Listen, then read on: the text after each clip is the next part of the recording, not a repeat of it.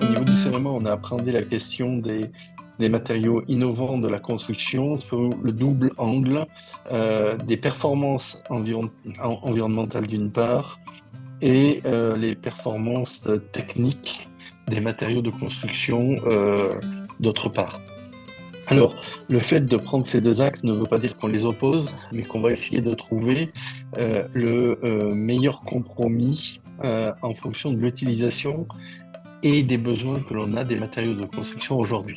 Je m'explique là encore, c'est que en France, l'axe de la rénovation, réhabilitation est un axe fort, puisqu'on dit que le point majeur que l'on doit porter est sur la rénovation, de manière à faire le moins d'impact environnemental possible.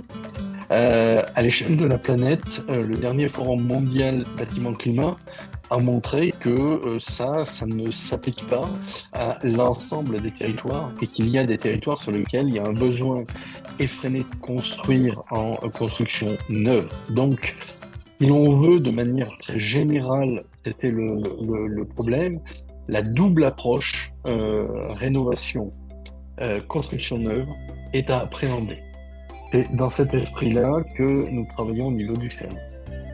Alors, faire ces précisions, c'est pas opposer les deux, c'est dire attention, on n'appliquera pas les mêmes méthodes de partout, et il faut justement, essayer d'éviter cette standardisation à outrance qu'on a y compris connue en France au moment de la reconstruction, hein. Je referme la parenthèse, mais c'est entre guillemets un mal que l'on connaît. Qu'est-ce qu'on apporte comme solution dans les différents actes d'innovation, puisque vous avez parlé d'innovation, l'axe fort que nous on voit, c'est de se dire construire et essayer d'absorber le CO2 aujourd'hui est un axe majeur de travail. Pourquoi? Parce que faire mieux que ce qu'on faisait avant, on faisait pas très bien puisqu'on relarguait du CO2, bien entendu que c'est bien. Il faut l'encourager. Mais est-ce que c'est suffisant? La réponse, elle est non. Pour rattraper très rapidement le retard, l'idée est à la fois de capter le CO2 et de les stocker dans les matériaux de construction qui représentent un volume extrêmement important en termes de capacité à stocker. Et donc l'idée est celle-là que l'on essaie de développer de partout. Et effectivement, parce que ce même principe va être applicable aussi bien en rénovation qu'en construction neuve. Mais bien entendu, en construction neuve, c'est peut-être effectivement une haute priorité, parce que là, les volumétries vont être extrêmement fortes. Là, je parle à l'échelle de la planète.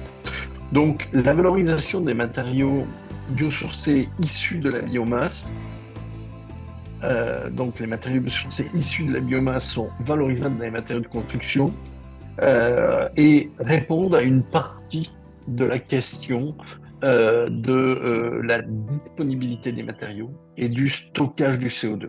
Alors, je vais distinguer très rapidement, mais là, on devient très fin dans la précision que l'on a sur l'analyse de ces matériaux entre le bois d'œuvre et les matériaux de construction, entre les matériaux qui ont plusieurs années avant d'être utilisés et ceux que l'on va pouvoir utiliser tous les ans comme les matériaux biosourcés à partir des plantes annuelles. Et je vais dire que l'un comme l'autre sont intéressants, mais l'un et l'autre doivent être complémentaires dans la démarche de construire, faire une structure porteuse parce qu'on va avoir des performances et ça me permet de faire la liaison, le trait d'union entre les performances environnementales et les performances techniques, mécaniques ici, et les autres performances du bâtiment, je vais revenir tout de suite après, eh ben, est assez évident. Structure porteuse en bois, remplissage en matériaux biosourcés, on maximise la capacité à stocker du CO2 de manière large. Donc, c'est un petit peu cette hybridation-là que l'on essaie de pousser de nos voeux de manière à avoir le plus faible impact environnemental. Le deuxième point dont je vous ai parlé au tout début, c'est l'aspect, au-delà des performances environnementales, des performances du bâtiment. Quelles sont les problématiques aujourd'hui? Et là encore, on va dire dans la majeure partie des territoires dans lesquels on essaie de construire, c'est bien souvent le confort sous climat chaud. Et autant on a beaucoup travaillé, et notamment dans les pays, on va dire, développés et en Europe du Nord, sur les matériaux pour isoler et avoir un confort divers avec des équipements et des choses comme ça. Aujourd'hui, l'un des axes forts de développement, c'est de dire comment assurer la préparation des bâtiments au climat de 2050, un petit peu de partout, mais surtout de pouvoir se protéger des surchauffes estivales. Donc, on est en train de se poser des questions. Alors, il y a des gestes simples, ce que je veux dire, et l'innovation, elle est peut-être pas dans le matériau là, mais dans la gestion de nos logements, de nos espaces, hein. On est usager, donc gestion de ces espaces. Et deux, c'est incrémental, c'est-à-dire que poser des casquettes, par exemple, pour se protéger du rayonnement direct, tout en préservant la lumière naturelle, c'est une première forme. Surventiler le bâtiment, c'est une deuxième forme. Et là, je peux vous en citer un certain nombre. Je dirais des gestes simples à mettre en œuvre. C'est des tout petits investissements, mais qui peuvent avoir deux bénéfices. Un premier, c'est de gagner un petit peu de temps pour préserver ce confort dans les bâtiments. Et deux, préparer nos bâtiments, même si demain on fait des travaux, on a déjà ça qui est en place et qui pourrait être valorisé au-delà. La, la capacité à avoir des nouveaux matériaux qui permettent d'intégrer plusieurs fonctions qui concourent au bien-être et au confort dans les bâtiments, ça va être notre démarche. Et dans les performances techniques que l'on attend des matériaux, il y a bien entendu la mécanique, mais il y a bien entendu la thermique, l'isolation. Isolation qui peut se faire, entre guillemets, de deux manières différentes, vis-à-vis de la conductivité des matériaux, mais également vis-à-vis des transferts hydrothermiques que le matériau va pouvoir réaliser. Et puis le troisième point, c'est l'aspect acoustique. Mais on est toujours à dire que, mis à part quand vous êtes dans un auditorium, on ne fait pas d'études acoustiques pour les bâtiments. Et pour autant, ça, à mon sens, va arriver également sur le devant de la scène parce que la période de la pandémie due au Covid a montré que bien souvent, nos logements vont devenir les futurs bureaux ou au moins des annexes de bureaux très utilisés. Et donc, changement d'usage.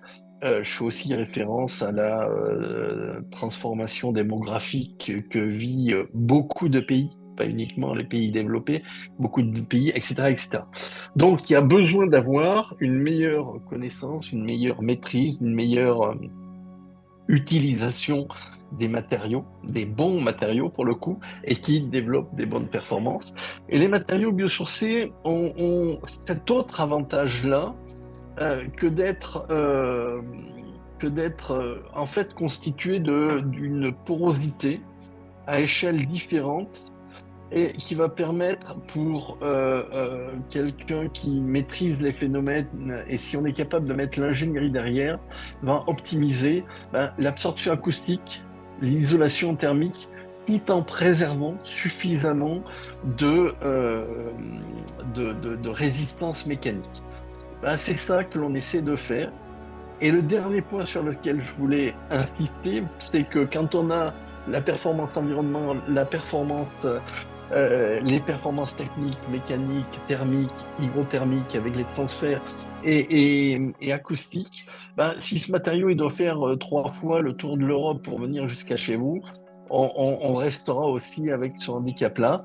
Et donc l'idée à la fois simple, à la fois intéressante et à la fois problématique, que celle de se dire, et si ce matériau-là, il est très près de chez moi, et bien là, pour le coup, j'ai quelque chose qui donne une combinaison extrêmement intéressante.